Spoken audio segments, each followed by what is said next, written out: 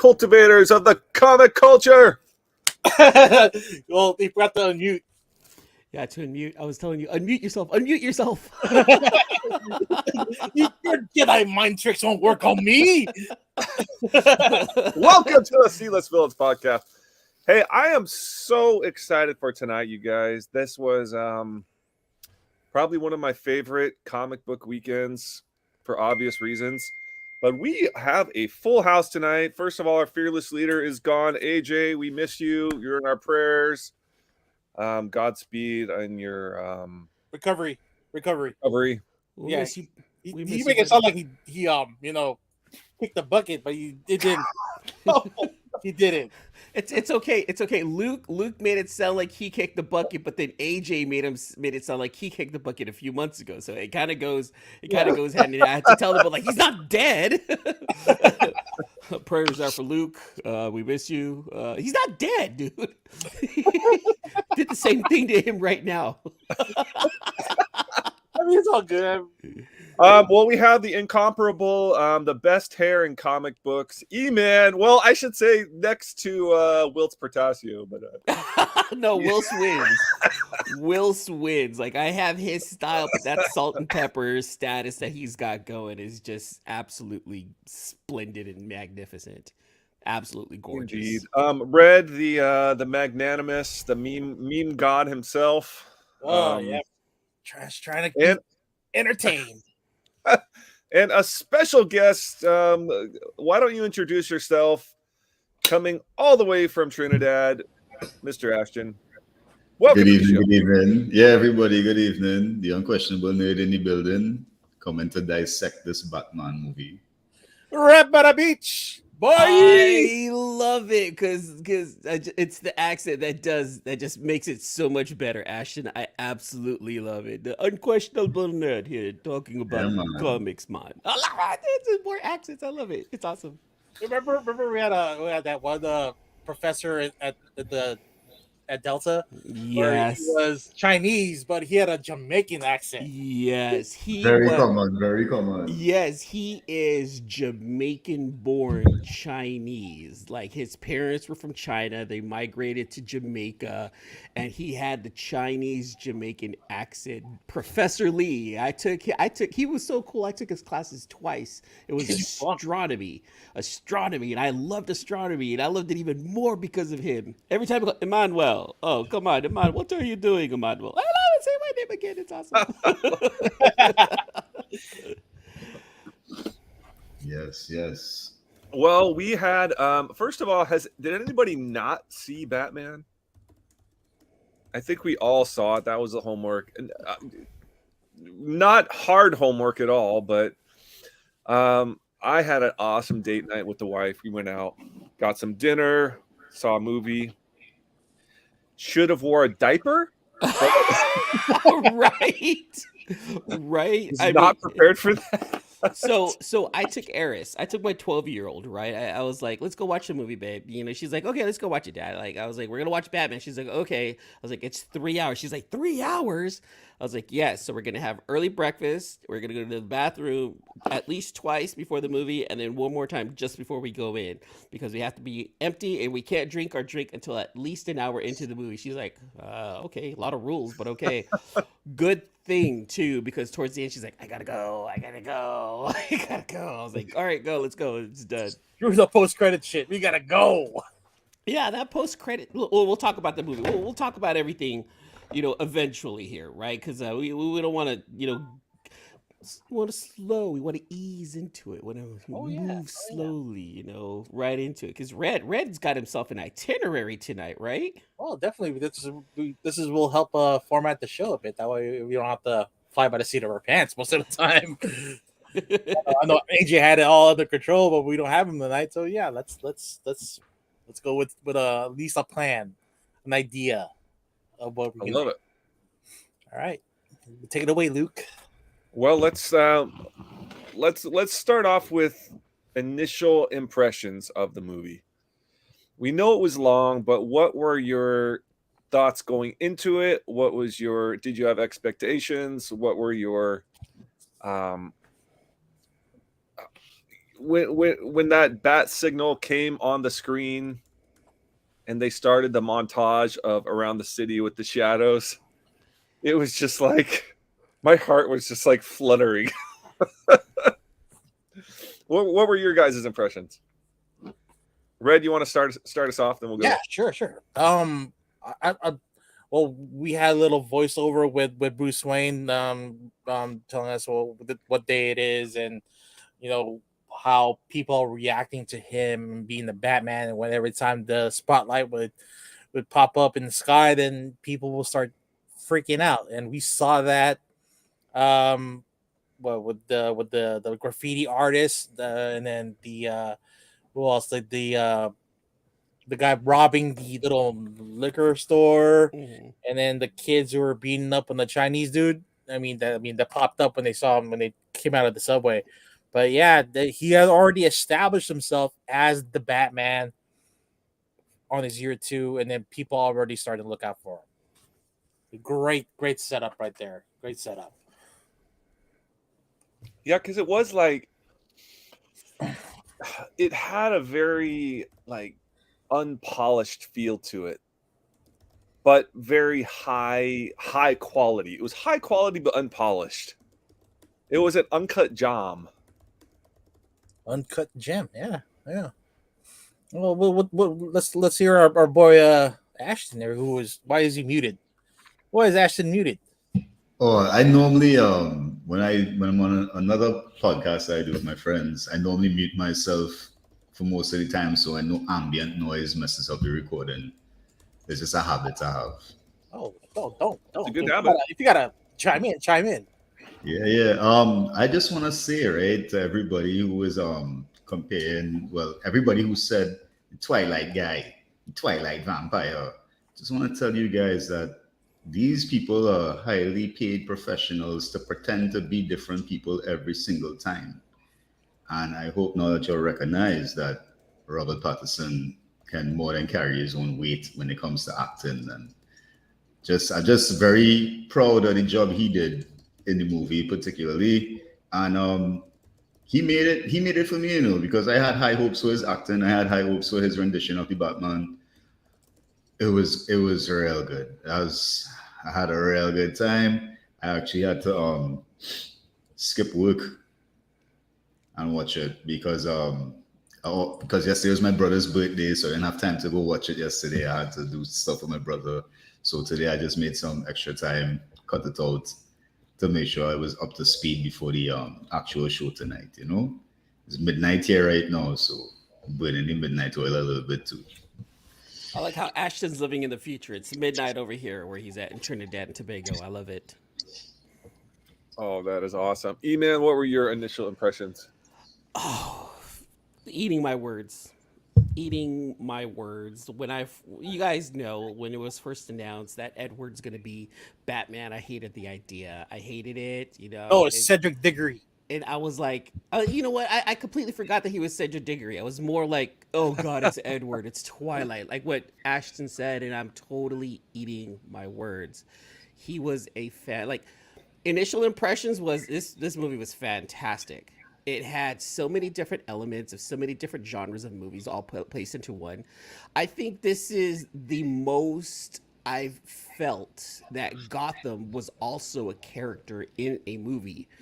Before it was just a setting, but with people being paranoid that the shadows that was being casted over these alleyways due to the lights and whatnot, they're thinking, shit, wait, is he there? Is that him? Like Gotham was a character in this movie, and the fact that all of the elements got into play, all Right. of the different genres of movies that were placed in here. You had horror, you had almost psycho killer, you had psychological. I've been going around saying that this movie is DC's version of Seven in such a fantastic comic book way that anybody can watch it without worry of it being too much. It was just the right amount of psychoanalysis and the right amount of horror mixed in with just that perfect action comic book feel to it. It was a fantastic movie. That is a really great comparison. Because it's been a lot. I mean, it's been at least 10 years since I've seen Seven, but it had that Halloweenish, kind of uncomfortable. I mean, rats, they didn't show the face, and I'm glad they didn't show it because that would have been a little over the top. But Oh yeah, hold on. I'm sorry. Not just Seven, but also Saw. It had elements of Saw in it uh, because of the rats, right? I'm sorry, I had to say that. I think this is what kept it from going into R because they didn't show the rats eating the face. They didn't show the It was, DA actually like exploding. It was just like a big, you know what I yeah. mean? Oh yeah. Not like the head popping off, like, which they could have done. I mean, Well, they did go a little bit extreme with the not the mallet, but the way he killed the senator or the mayor. But they were more like further behind the action. That way, you don't get to see a lot of the splatter. that was the most extreme out of all of them. Yeah. Especially with the kid, him having a family, and with the And the carpet tool. and the weapon, yes, exactly. And the weapon itself, if you think about it, it was also a character. It was also a major plot point in the movie because at the beginning you're like, what is this thing that this guy's using? Whatever. You see it at the beginning, you see it for two of the killings, and then you kind of forget about it until the end. So the characterization of the tool itself was also genius. I just thought that when they said that there was an artistic element to this movie comparable to Joker, I completely understand. And that's one of the reasons is because you made not just a city, but a tool, both characters and important characters in this movie. And of course, the most another costume or prop element, which I freaking didn't realize I chose, clear ribbon. Yeah. I walked out. I went, Rachel, son of a bitch! I chose the Riddler's glasses. I just got these like 3 weeks ago. But you know what? Here's the thing. I'm due for some new glasses as well, Luke. And no joke. After this movie, I was like, you know what? Maybe I should get me some clear glasses too. Those things kind of look kind of snazzy. I like the hipstery, nerdy look. You're gonna match it with your GIMP mask Yeah. and then place it over Yeah, the GIMP mask. I tried to find a green beanie today. I was gonna cut holes in it. I was like, I couldn't find a green beanie. Well, it has to be olive because you didn't go full green like the Joker in the one with the with Val Kilmer. Yeah, Or but Val Kilmer. yeah. Riddler. Riddler. Yeah. Yo. What were your thoughts on his costume? Was it too subdued? I prefer that kind of subdued, not over the top, campy. I mean, think about this. If he had a green spandex suit with question marks over it, you wouldn't enjoy the movie as much. You probably wouldn't have enjoyed the character as much. Paul Dano in general, I think he's a great actor. He had this one movie he was in with some oil movie. It was a movie about oil. There will be blood. Right, yo. Daniel He was good in Day-Lewis. that movie, yeah. Daniel Day-Lewis, that was the guy. Ooh, But fantastic. Paul Dano has range. And I hope like a casual fan would realize that while Joker is the most iconic Batman villain, he is far from the most interesting Batman villain. Agree. If you understand what I'm saying. I'm not saying he's bad. I'm just saying he's not as interesting as some of these other characters because the deep psycho analysis and the kind of madness they go through, So that's something to consider as well. I like the fact that this was a Batman, no Joker. Let's explore some other villains. We've seen enough Joker iterations in the last couple of years. Let's see some other guys. which is something that I was saying. That's something I was like, you know what? We've done Joker in a way. It kind of annoyed me that we had Joker in there. I was hoping that we may get something else. There's talks that Hush might be coming around. There's talks of other people might be coming around. I didn't like the fact that Joker was in this movie in one way or another, and I was hoping that maybe we would get like a Two-Face, maybe even a Clayface, someone else, someone other than Joker, because we've seen Joker in every single movie, every single series. Over the last 20 years, it would have been nice to have seen one series without the Joker. I think Well, that was I was like, are they gonna do it? Are they gonna bring Joaquin in for it? I was like, come on. Which That would be pretty crazy. we did get a little bit, but we'll sidebar that until we get to the end of it. But going back to your question about the costume based in reality, it's really, you have the Riddler who seems like he's been hanging out in 4chan and QAnon for like the last 20 years, coming up with all these conspiracy theories, and then they get a plan to bring down the city itself, and then in the late and Batman coming in 2 years later, or 2 years before this whole event, bringing him into the fold, and figures out who the Batman is. Like, how does he do that? I love it because someone posted online. I'm trying to find the meme right now, but someone posted on Twitter earlier, I think today or yesterday. I can't believe Batman was almost brought down by a content creator. I was like, holy shit, you're right. An insane content. Hey, he's doing it for the likes of subscriptions. We could be all the Riddler.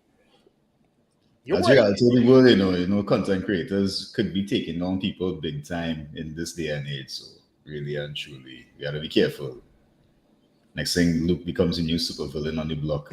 Oh yeah. Hold on here, Ashton. You're on a show with 3 villains. Watch it there.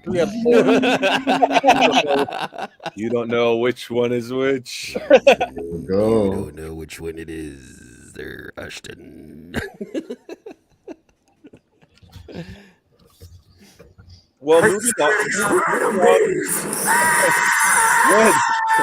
Red, what is on your what's next on the agenda? So the agenda, we went over the somewhat of we touched upon the Batman, but let's go over the plot review, the casting, the movie score, and some Easter eggs if we found any. I mean, let's start with the plot review. Like, what do you guys think of the story in general?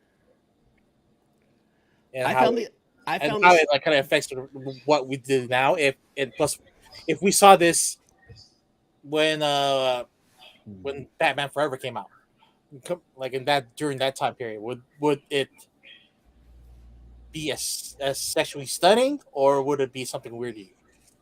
I think it would have been really weird back then when Batman Begins came out, right? It would have been really weird because the content creators weren't as prevalent as they are now. There's so many forums out there, so many different types of forums out there nowadays.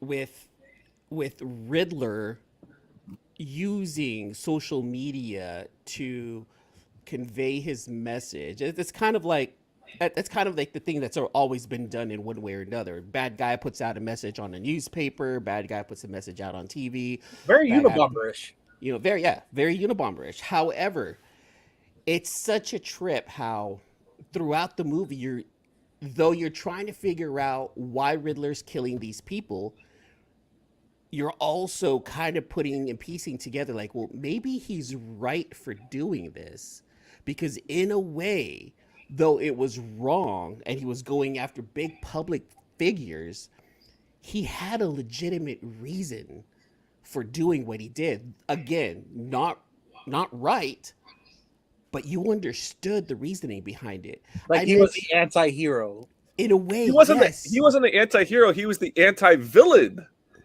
Yeah, he wasn't really being a bad guy, but he was doing bad guy stuff, right? Until the end, right? But we'll get to the very end here in a little bit. But once you realize that, the steps that he was taking, the methodical steps that he was taking you were kind of rooting for, because like halfway through the movie you were just, Batman trying to find a bad guy, but then halfway through the movie you're like, wait a minute, this bad guy's got a point, like he's Like, got you feel something to sorry for him. say, like he's got something going on his mind. And look, miss, everyone's talking about the Court of Owls, and unfortunately I know nothing about it, but I'm sure there was something that was there that details back to the Court of Owls. But when you're trying to figure out and put these things together, because there were so many different plots going on at once. I mean, you had the whole Carmine Falcone thing, the whole mob side of the story, right? You have two different stories going on at once, but they blended well together. So the storytelling behind this movie was also fantastic, because you had the big plot and then you had the couple of subplots that made that were still kind of big and could have been a big movie on their own. But it Oh just yeah. made this 3-hour movie make so much sense, because you did need all 3 hours to tell a cohesive story within a story that blended well together. I felt like the writing in this movie was absolutely phenomenal. Do you think this is like a reverse Eric Killmonger kind of deal? Very, not reverse, I think along the same lines. I felt like he was more of like a Baron Zemo, where he was out there trying to unravel, he was trying to break up, he was trying to destroy a well put together machine, a well put together system, and he succeeded, even though at the end what happened to him, he still ended up winning, if you think about it. Bravo. He did. He Still ended up- accomplished everything. Yeah, Baron Zemo in Avengers accomplished what he wanted to accomplish. Riddler accomplished everything he wanted to accomplish. And what I loved about the Riddler too is that he wasn't a big muscular guy. He wasn't a good-looking guy. He was an everyday dude. Hey, that's Paul Dano. Okay, Paul Dano. don't let Paul hear you say that. Paul Dano physique. That's the dude that played Klitz on Girl Next Door. Did he? Yes, he did. Yeah, I think he did. Yeah. Yeah, He yeah, played the nerd that couldn't get some until at the end, yeah. got to tap Sung Hai Lee. In Right, many ways, with the he would fencing not- mask on. he would not have been caught. He let himself be caught. That was part of the plan. Yeah. It If was he didn't want to be part of the caught, I don't plan. think he would have been. It's kind of like you make the criminals that you were after pay for their crimes, and then you yourself realizing that you committed all these crimes to make them pay for their crimes. So to submit to the law after, it's just a natural kind of causeway for the, as you said, Luke, the anti-villain, But also, if you realize something, nowadays every villain I see in these comic book movies, they try to blur the motivation so much that when you leave the cinema, you're like, but I could see Killmonger's point of view, but I understand why Thanos did a snap. They always leave you nowadays with that kind of thought process, as you say. You think that you see things around from the villain's viewpoint as well, more than just the heroes. The heroes at this point just trying to stop whatever happening. Yeah, even like Kylo Ren and how he turns at the, bad to good to bad. They leave you with that thought at the end of, I understand. Not Yeah. right, but I understand. Well, you also forget that Arkham Asylum is a safe space. So when the levees broke, Arkham Asylum was at the high ground, and he was out of the city limits in order for him to watch the disaster happen. Touching on Miss So's Court of Owls comment, I think a lot of people thought Court of Owls with that at first street gang that had the white mask, the paint. It looked a lot like the Court of Owls masks. And so I think it could be tied in. I was thinking, actually, Luke, I was thinking that I wasn't thinking Court of Owls when I saw them. I Modern was Jumpers. actually thinking the clowns from what was it? One of the Dark Knight Returns series. You know how like Joker had like his clown posse and they all had Oh, like that yeah, they were the all neo-clown people. Yeah. yeah, they were going around jumping people. Like I was feeling like it was more along those lines rather than like Court of Owls. Well, if it's the same universe, then yeah, it's definitely the same makeup type. They just changed the color, maybe because it's 20 years later after Different the Yo. universe, definitely different universe because it's year 2 and and the message was clear throughout the whole movie that this is year 2 Batman. This is an unrefined, Batman, and that's what I liked about it. Also, is that he wasn't at the very top of his game. He was skilled, but he wasn't at the top. He was still smart and a great detective, but he wasn't at his peak. He was unrefined in a good way, which made, I think, Pattinson's Batman. He was hardly Bruce Wayne throughout the movie. He was a moody teenager as Bruce Wayne throughout the whole movie. But as Batman, man, he's got to be. I will say it. He's probably the best Batman, and if not the second best Batman. I still want to watch this again and just soak it in again. But I'm eating my words. But Pattinson as the Batman was a fantastic detective, and he was smart. He was smart. Well, let me piggyback off that. When it comes to casting, then, so you think that you understand why they didn't bring Affleck into the movie because he wouldn't have fit the direction of this Batman, correct? No, no. Now, what do you think about Zoe Kravitz as Catwoman? And was it Will not Farrell? Colin Farrell as the Penguin. Carmine Falcone by I forgot his name. Russell Crowe. No. Carmine Falcone was John Turturro. Yeah, John Turturro. Yeah. What do you Yeah. what do you think about the rest of the cast right there? Oh, Zoe. She was just like oozing everything about a brand new Catwoman. Perfection. I mean, Lo- even though loved she it. had the crappy costume, the skin tight leather, but with the crappy headpiece. I mean, she still pulled it off. I loved it. She wasn't Anne Hathaway. No, she Anne wasn't. Hathaway was like the pinnacle of the Catwoman, like her at her best, right? Refined. Mm-hmm. She's got her like hoard of millions of dollars and jewels, and she can get anything. You know what I mean? What She you got, didn't have Ashley? anything. Zoe was a poor cat lady. Yeah, Mhm. yeah. What do you think, Ashton? What do you think of Zoe Kravitz? Oof. Zoe Kravitz. She's a good actress. I would say that.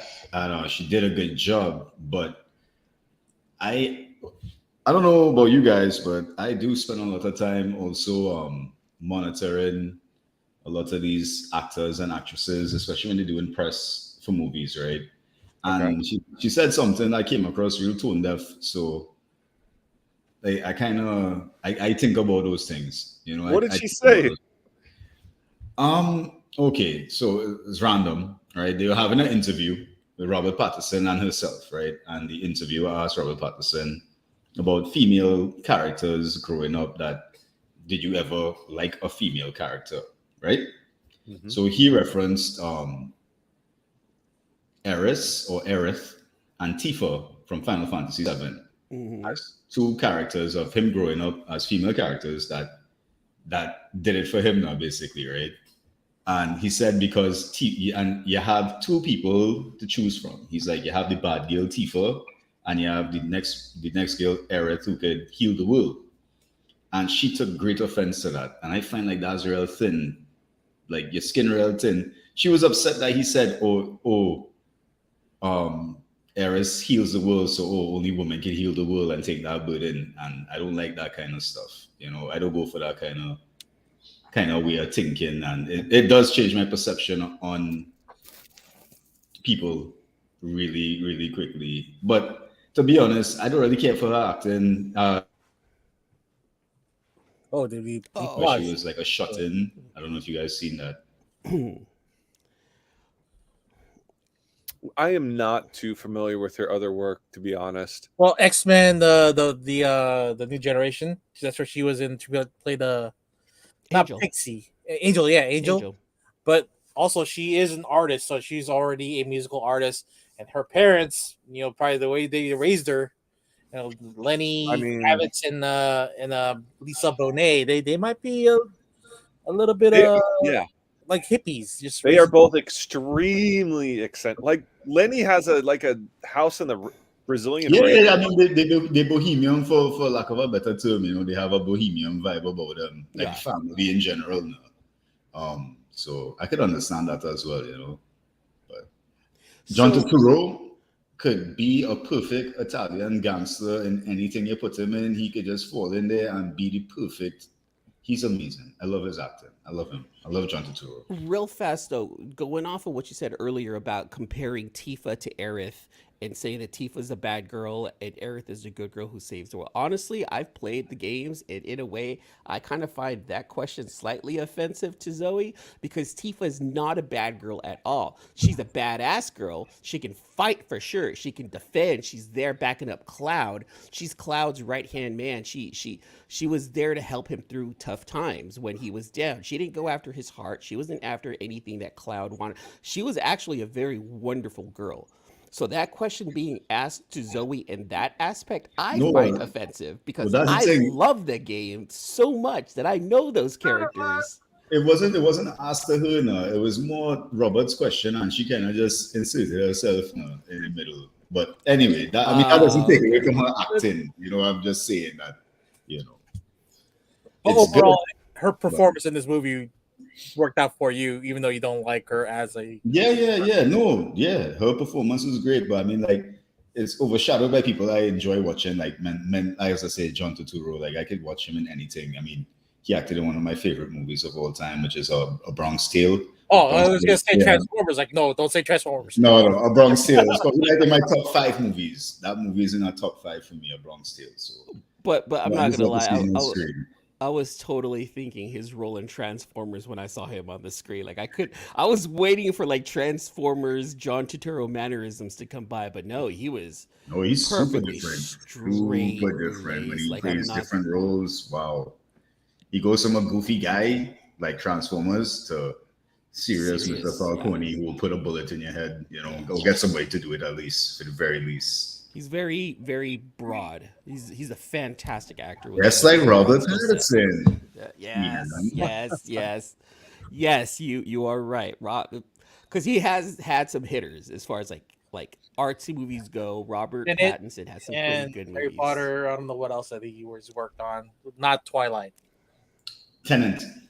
Tenant. Honestly, I liked him in Tenant. He was like the lost spy who knew what he was doing. He played that role really well.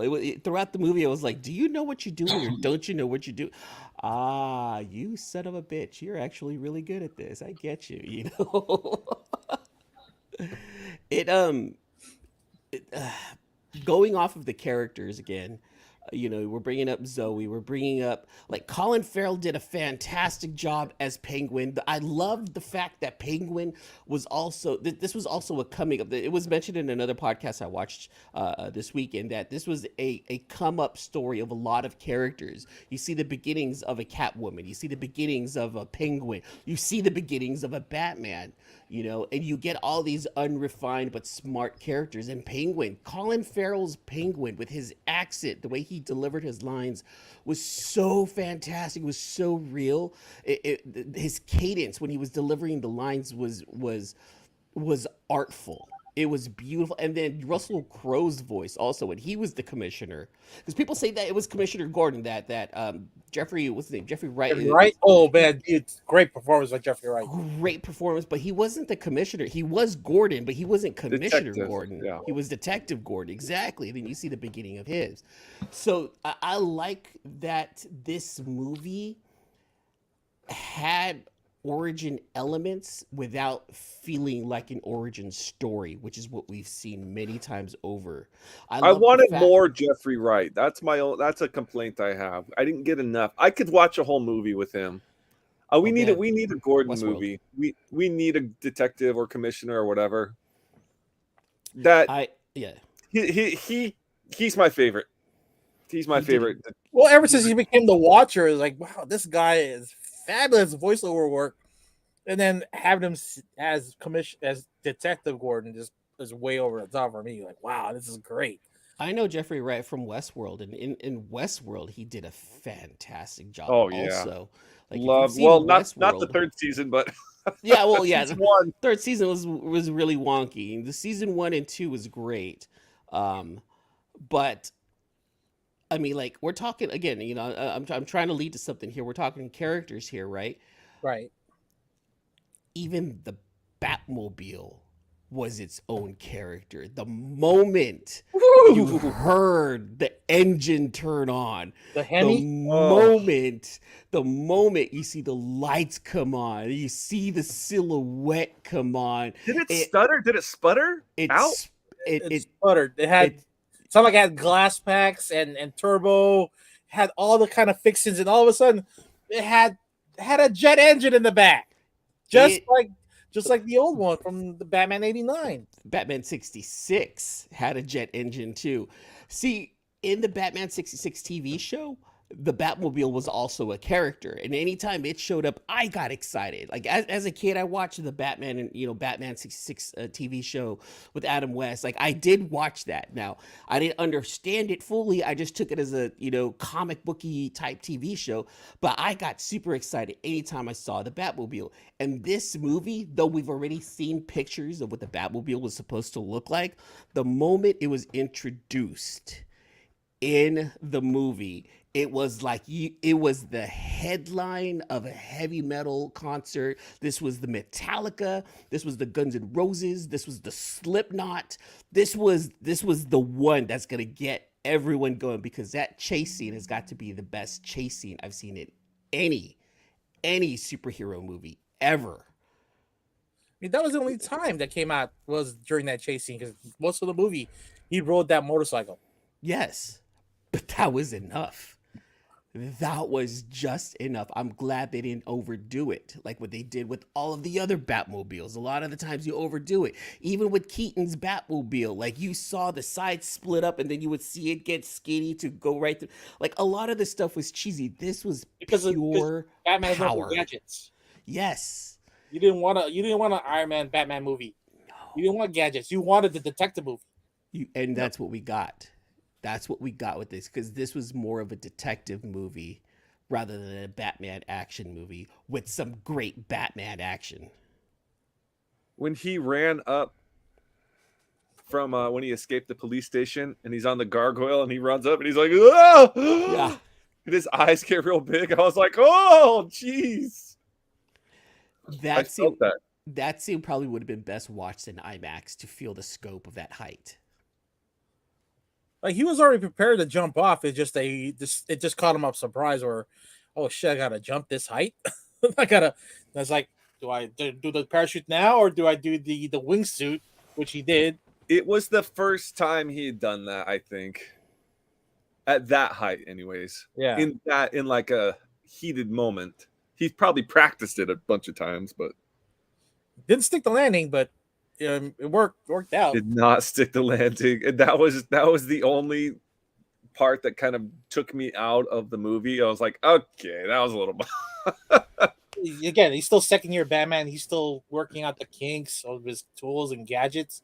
He's still getting hurt, having to fight the guys in the subway where you can't take them all at the same time, but yeah, he managed to win out through that. And even got some help from one of the gangsters. One thing I did like too is the fight scenes. You do see the John Wick element in this right here, because the fight scenes I thought they were orchestrated well. I thought Affleck's warehouse fight scene was the best Batman fight scene. No, the best fight scene has to have been with either the clowns or the club. In this movie, this Batman has the best fight scenes. It wasn't like straight kung fu with Bale. It was sloppy. It was it had weapons involved. but he still got it done, even though he took some damage as well. Oh, and plus he was getting shot at the very last scenes where everybody had shotguns and machine guns, and you could tell that Kevlar was starting to give out. But I definitely agree with Iman when saying Ben Affleck's fight scene in the warehouse was the best Batman fight scene. Because I used to believe the same thing up until this movie. Yeah. So yeah. And that's just with the evolution of other movies and introducing all the other fight styles. It gives the opportunity for choreographers to come through and really do something special, Even if the moves look scrappy and unpolished, that's all part of how it's supposed to look.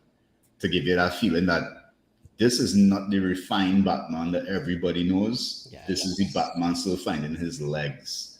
Yes. And Batman taking damage is just something that happens in the early stage of Batman. But we all know that new Batman, other than like physically grievous weaponry, damages him, not really fighting the people. And that's from all the fighting he did from year 2 come all the way up until he's modern Batman. But this movie was good. And I'm happy to see DC movies get a win because I think it's important to keep DC movies going. You need wins like this. Not because, all right, this movie is 3 hours long and everybody mentions that. Yet everybody went and saw Endgame and nobody talks about how long Endgame was. Just went and saw Endgame, right? So Endgame did not feel 3 hours long though. This movie felt 3 hours long, but not in a bad way. Endgame was just action after action after action, scene after scene after scene, eye candy after eye candy, with the big 45-minute ending. It was just a fantastic action movie. This is a phenomenal detective story. This is a phenomenal piece of cinema. This you consider was this like a thriller? Yes. Yes. When the first act ends and the second act begins, and the transitions are there. That way, that makes the movie move along better, and that way there are no dead spots. Even the musical score helped move that movie along. I mean, granted, the Batman theme for this one almost sounded like Darth Vader's theme. Which is Yeah. because Vader makes everything more perfect. Mm-hmm. Love Vader. They had that downbeat bum. It just it made Batman more menacing. Plus the fact when he walked to the gangsters, and all you heard was footsteps. Like that created fear within everybody to start saying, "Oh shit, who the fuck is this guy?" Yeah. With later Batmans, they came in like a ninja out of the darkness and quiet.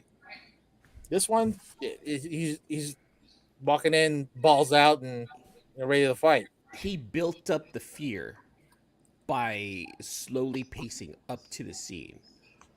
Right? He created anxiety amongst those thugs by slowly coming through. Yes, it's a little drawn out. Yes, it's a little cheesy, but the way it was done in this movie, it created the necessary fear that everyone needed to feel once he showed up on the screen. So the big question is, does it unseat the Dark Knight? Nice question. Yes, because I think the Dark Knight is overrated anyway. So Wow, you gotta piss some people off. let's go. Other than Heath Ledger's Joker, the Dark Knight is overrated. Christian Bale is overrated. Yeah. I'm good with that. I'm comfortable with making the statement I just made. See, Ashton, I'm going to let you have that statement, but I take my perspective of first viewing what I felt when I watched it, not like really like how I felt or on a rewatch. So I will say the first time I watched The Dark Knight, I was more entertained than when I watched this movie. I loved this movie. This movie was as high as you can get, but it does not quite get there for me as the Dark Knight. It's like just right there. And that's just from how I felt from the first. I still remember that. I mean, that big bass sound, and when the gangsters take the zip line over into the bank. Right. No doubt. No doubt. Everything Joker in that movie in Dark Knight is A plus. And I will never, I'm not discounting that. And I'm not saying that just because, as you know, Hitler just passed away, obviously, many years now. So it's not out of respect for him or anything like that. It's just that he did such a good job in that movie as Joker. I think he overshadowed Christian Bale, to be honest, in the Oh, movie, 100%. right? 100%. And then the following Batman movie from that series, I believe, is Bane, right? That Bane was the second one. Mhm. Mhm. Yo, Bane was horrible to Oh, that me. was I Yeah, didn't like the last movie. yeah. So I mean, I understand what you're saying though. Entertainment wise, you get more entertainment with the Dark Knight, right? In terms of how you feel and like the emotions you get from the movie. And this one is a little bit longer, so you have to draw that out over this 3 hours rather than whatever hour and 58 minutes or whatever Dark Knight was. But this one makes you interested in more than just one character. It helps you split up your attention amongst all, and you want to learn a little bit more about the law. You know, that's just my opinion, and it may be a hot take, but guys, that's just my Well, two I cents. think I can I say. think definitely Paul Dano had a Heath Ledger moment where when he brought up that level of acting to the Riddler storyline, the Riddler mythos. So I think with the Batman unseating Dark Knight, I don't think it does, but I think Paul Dano unseated Heath Ledger as far as like the Batman villain. That's the performance to top now. Ooh, I like that. I like that. Because Heath Ledger is great. He took that Joker to the next level, but Paul Dano just went extra crazy and more realistic with the Riddler. I think the grittiness of this movie, as I use the word realness, that grittiness and realness in this movie is just it's just what you want out of a Batman movie. You just want that kind of you want to be grimy, you know?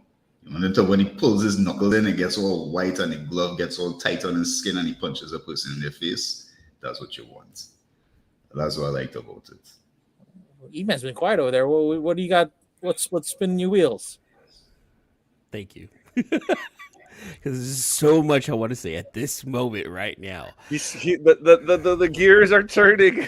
What he's got? So, when I first watched The Dark Knight, the very first time I watched it, I was excited. Yeah, we're going to watch The Dark Knight. I watched the movie. We watched it. I walked out. I'm like, I don't get what the big deal was with this movie. I've had like 5 people around me who were like, the movie was good, but was it really that good? I had to watch The Dark Knight 2 or 3 times to really break away and be like, you know what, this though this is a Batman movie, it's not. It's a Joker movie with Batman in it. I love The Dark Knight. I truly do. I hold it up on a pedestal because I'm a person who likes to quote movies. I hang out with friends. Red and I, we hang out and we quote movies all the time. If a movie's quotability and entertainment is up there for me, it's going to hold a high ranking for me. The Dark Knight and Joker's lines are absolutely phenomenal, fantastic. They are great. Delivery was great. Heath Ledger delivered those lines so methodically. It was almost perfect. He did nothing wrong in that movie. But that's focusing solely on the Joker. I watched this movie. I walk out. I walk out.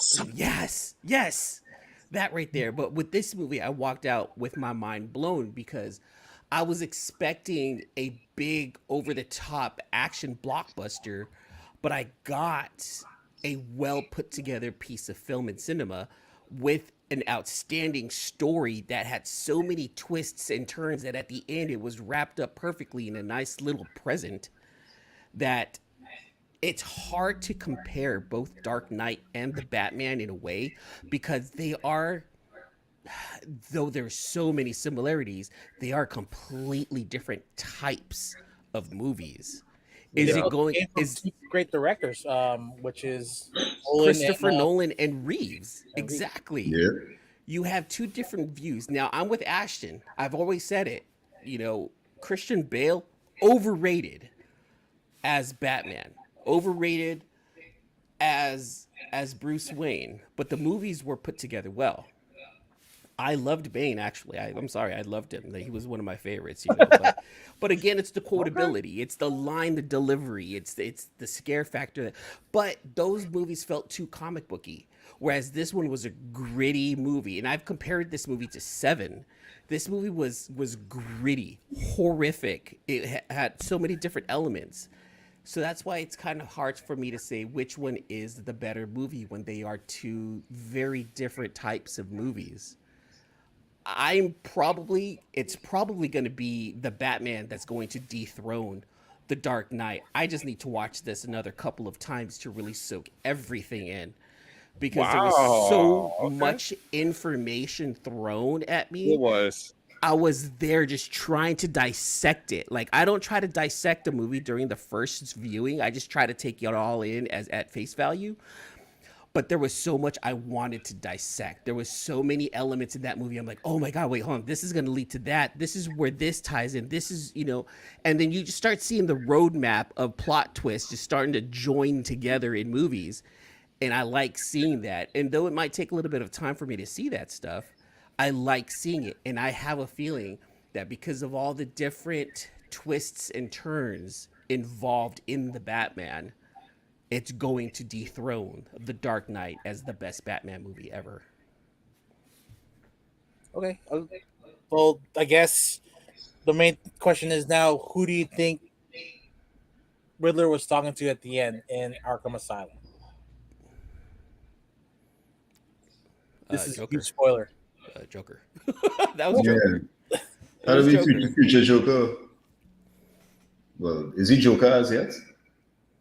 But yeah, if he's in Arkham Asylum, he's Joker. the Yeah, actor. if he's in That's Arkham for Asylum, he's Joker already. It's safe to assume, right? And Yeah. there's certain things about movies where you can say, you know, it's safe to assume that it's this. It's safe to assume that it's that. You know, it's safe to assume that Selena Kyle likes both men and women. You know, it's safe to assume certain things. I think it's safe to assume that that person that he was talking to was the Joker, based off of the laugh, based off the lunatic type of dialogue that they both had. Oh, you Those, also mentioned clown. Yeah, yeah, you know, and the actor that played him was Barry Keoghan. He played he's one of the Eternals. yeah, he was. Oh wow. Oh shit, which one was he? He was like The one of mind guy. yeah, he was Yeah. one of the mid-grade guys. Yeah. The one who could control people. Druig. Druig, thank you. Right, yeah. Druig. So And- Who was actually my favorite character in the Eternals movie as well. Just want to go out there and say that.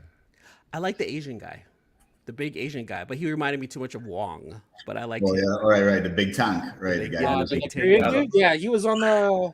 Oh, Train and to Busan. And Gilgamesh, I like Gilgamesh a lot too. The black dude, he was actually, I liked him because he was cool. He was chill. He was like, I'm Paperboy. smart, but yeah, I was like, but Oh, that's Yes, Axel. Paperboy. Gilgamesh is the Asian Luke dude. knows. no, Gilgamesh was the black dude, wasn't it? No, that's Yeah, Axel. but he also acts in a show called Atlanta as a rapper called Paperboy. Oh, Yeah, Luke just shouted that out. Coming back, I think in 2 or 3 weeks, hopefully. Wow, that is the best news I've heard in a while. Like that's coming back. I can't but wait. it's the final Yeah, 2 season, seasons. isn't it? Well, it's gonna be like two seasons, but they were shot at the same time. Oh, all good things come to an end, man. Once they Yeah. end it on a satisfying note, then the crowd can be done with it. That'll be good. Yeah, we got a question from Herbs. Is Batman bulletproof? The Yeah, suit. just, No, the suit. Come on. It was the suit. yeah, you just had to Kevlar. spray bulletproof bat spray, and he's good to go. Right next to the bat shark repellent. Right next I to mean, the explosion was a little silly that his jaw was completely unscathed. Yeah, that's true. That's true. I mean, I wanted to see a little bit of like marring Damage. or Yeah. some, I don't know. Yo, and the circus has Alfred. Yes. What do you guys think? Not my favorite. Not my favorite. I do like him, but he wasn't my favorite Alfred. You like Kane better, or I do like. I think I like Kane better, but I don't watch Pennyworth, so I gotta watch that one because We didn't get a lot of them though. We didn't get a lot of Alfred Yeah. moments. No one will ever top Michael Caine, in my opinion. I agree. I Well, think I mean- Jeremy Irons has done pretty well in the Jeremy Justice. Irons is he amazing. was okay. I thought he was okay as Alfred. Also, like Jeremy Pretty Irons good. as Alfred was okay. I Michael think Caine. I think Jeremy Irons and who's this guy? Ulysses Claw. What's his name again? Yeah, Andy Serkis. Andy Serkis. Thank you. I think Jeremy Irons and Andy Serkis are on the same level as Alfredness goes. They both were the guy in the chair just enough, but I don't think they made as big of an impact on the character of Bruce Wayne and Batman like Michael Caine's Alfred did. Yep. Yeah, Michael Caine, his gravity, or I should say gravitas, would not have allowed Bruce to talk to him like that. Yeah. Yeah. Exactly. Rough him up. I don't know if I'm roughing him up, but just been like, he's not afraid of him. Andy Serkis kind of held back a little bit. I was like, Alfred does not hold back with Bruce Wayne. Like, they'll he's probably not get more afraid of getting fired. Only in front of the company, but behind closed doors, he lets him have it. He's like, Yeah, yo. exactly. Yeah. He's like, listen, you come back here all busted up, I'm not gonna stitch you up. You go to sleep and take an aspirin. That's how Alfred moves with Batman when they're alone and when they're having their little discussions, and he gets upset with Bruce for going out there at first and putting his body in danger all the time, and then he has to come and patch him up, right? Yeah, he still plays the father figure. He couldn't. Yeah, for sure. Be For the sure. confidant. He had to play the father because that's all he was left with. They're their only family together. And two questions before we close out this segment. But what E-Man? What do you go to say? Real fast, just going off of father, just the fact how the Waynes played a huge role in this movie, even though they were dead. They played a much bigger role in this movie than they've had in any other movie. They weren't just a victim. They were just philanthropists. In this movie, in a way, their image was marred by a bad decision that was made, and it continued on. And then the whole, the sins of the father, the writing of this movie was also fantastic because it was clever with the riddles. And now you're talking about, the sins of the father bleeding down to Bruce and what he's got to do. And then you see that the Waynes, they both had a bad history. They were marred. Their image was marred in this movie, but it added to the storytelling, which makes the writing of this movie, in my opinion, also one of the best. Plus, with the cleverness of a lot of the riddles, it was just outstanding. So, just going off of that right there, the writing and then twisting the Wayne's history the way they did. Which Falcone kind of changed it up a bit in order to get Bruce on his side. Then they get him mad until Alfred set the record clear, where it wasn't that Thomas Wayne had hired Falcone to kill somebody. It was just Falcone was already doing it. Wayne was just canon father. Yeah, exactly. Okay, so the question is, what did Bruce inject himself with at the end, at that last fight scene on top of the, I guess, the display thing in the stadium, and at the end where he fell down in the water after cutting off the electrical cord? Do you think that that's when Vengeance died and Batman was born? Oh, Baptism by fire. Great question and observation on that one. So first, the injection. I was under the assumption that it was adrenaline. Yeah, that's what I thought too. Distributed through the suit, maybe throughout the whole body, even though he's supposed to do it through his heart. I was under the assumption that it was adrenaline. So it wasn't the Bane venom at all. I wouldn't think. That's a stretch, right? Because Bane is the one that came up with the chemical components for Venom, more or less, right? It's more likely it's adrenaline. As long as I would have believed that Red if he came up and he was like, Venom. Yeah, but he just like ate a mushroom and became Super Mario for about 3 minutes. But that's what a shot of adrenaline will do to you. It'll hype you up. to the I max. thought it was adrenaline. Yeah. Now, going off of that last scene that you mentioned, is that when Vengeance dies, and that's a great observation.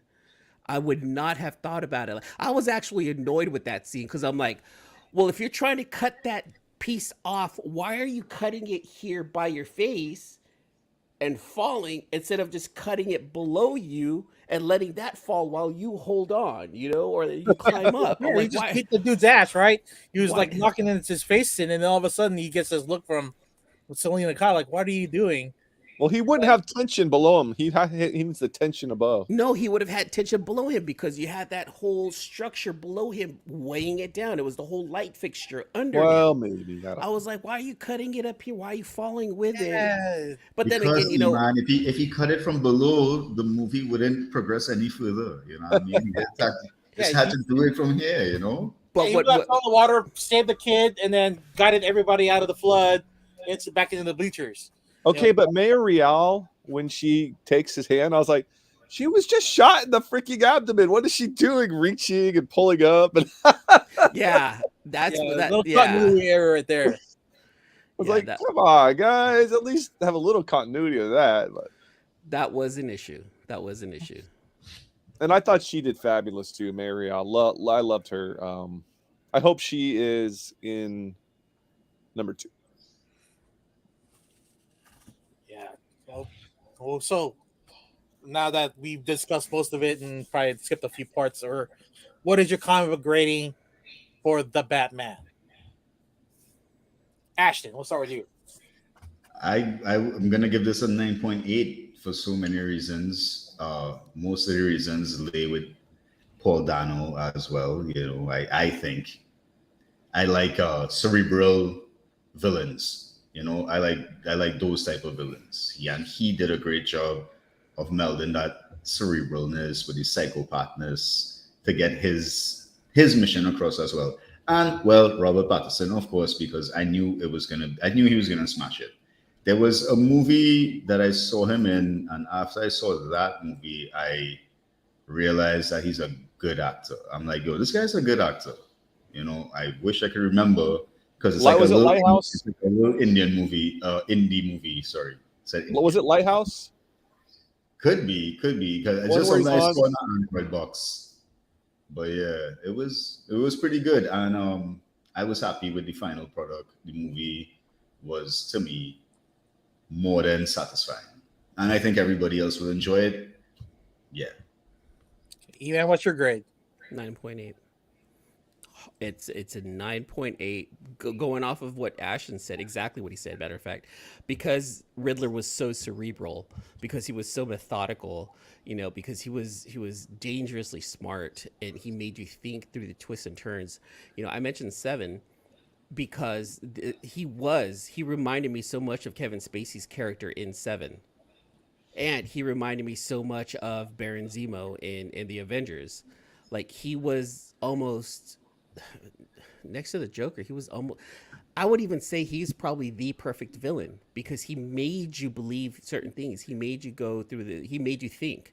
The characters of this movie, every single bit of this movie, the Batmobile, the city, the acting, the writing, the accents, the way the story progressed, the detective, the fact that it was a detective story rather than an action movie, which is what we're used to.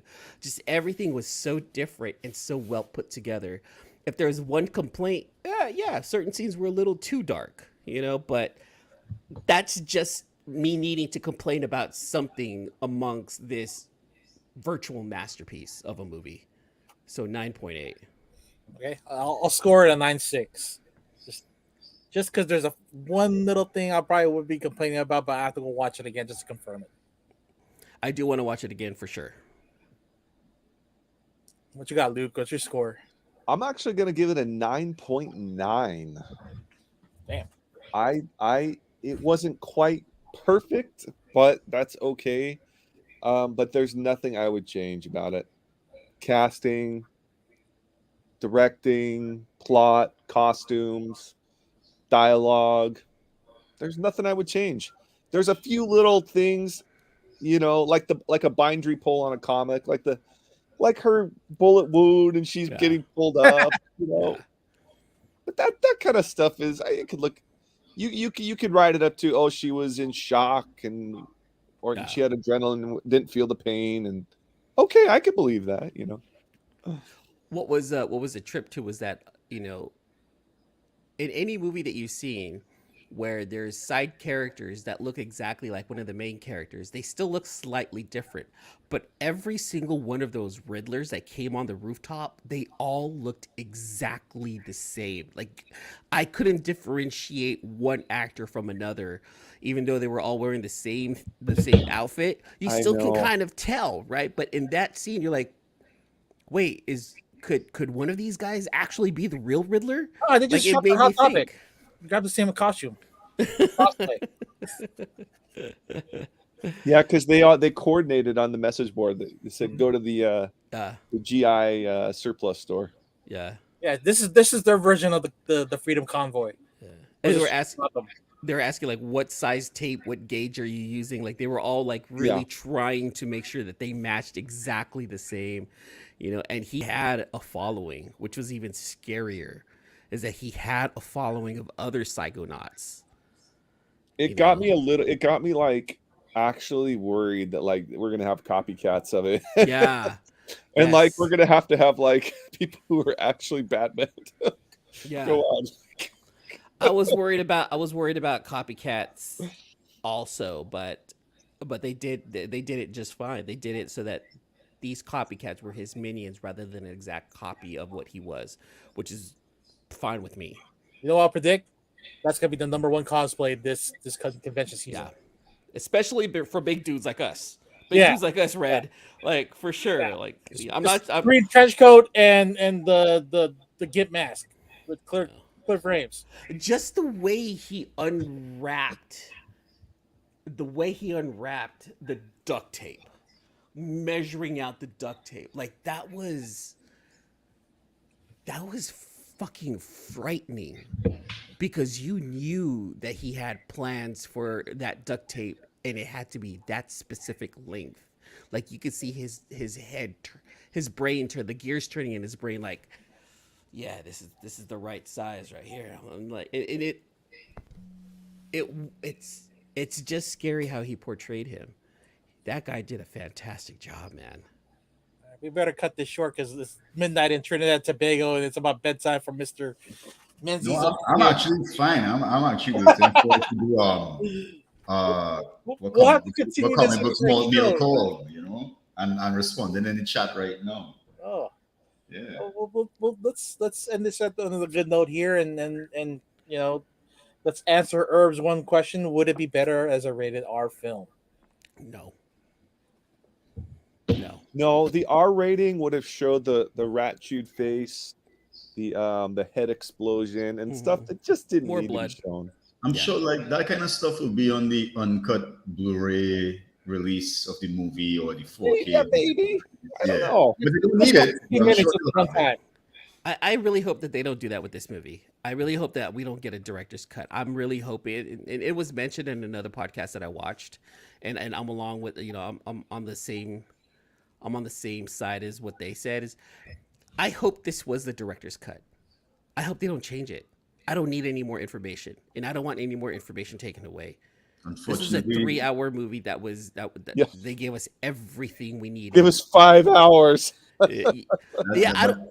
That's not how capitalism works, my friend. They're gonna drop a next one with we're gonna put 5 extra minutes in the movie, and that 5 minutes is gonna be spread throughout the movie. It's not even a chunk, right? I just don't need like another like 4 hour and 20-minute Lord of the Rings, extended cut. Which, by the way, I own. I love. I love Lord of the Rings. Don't get me wrong. I love those cuts. Yeah. But I don't want. I honestly hope that they just release this as is, because it's perfect the way it is. All right. Well, Luke, you want to close us out? Hold on. Are you guys gonna close out? I just want to show my mail call then. If you guys okay, well, all right, we'll have one guest host mail call, and then we'll call it a night. Literally, I'm only gonna show one book, right? I love it. I got this. Dude, Akira #1. Right? And that completes my run. This book Congratulations. completely run. So Claim. Oh my god. yeah, Red already wants to pretty actually- nice grade, pretty nice quality. Do they grade these Akira books? Can I send that into like to grade it? Yeah, they should. They should. Totally. See, I want to do that. Send it Yeah, yeah. Send it in. Congrats. That was it. to That all, was it. I just want to show that. It's a fantastic, Jealous fantastic pickup. Well, thank you everyone for coming.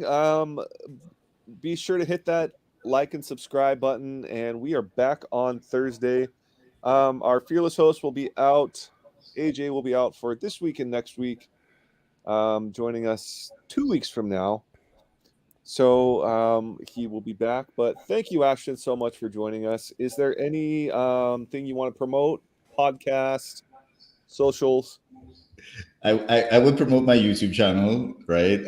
The Unquestionable Nerds. But let me tell you guys something, and it's really amazing. My upload rate is terrible.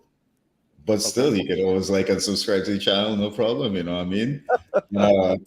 I'm on Instagram at AshZeez. Yeah, that's it. That's about it. Yeah.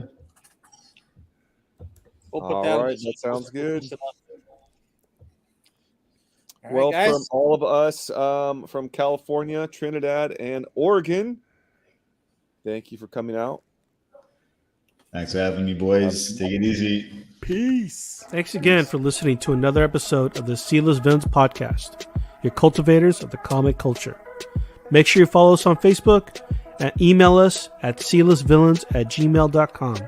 You can also leave us a voicemail or text us at 209-975-7597. Be sure to join Luke Week's Facebook group, Rare Keys and First Appearance Comics. And you can follow us on our 2 Instagram accounts, Sealess Villains and Sealess Villains Podcast. Lastly, follow the villains on their separate IG accounts, at Luke Weeks, at C-List Villainous Red, at C-List E-Man, and I am at AJ the Comic Collector. Thanks for listening, and we'll see you all next episode.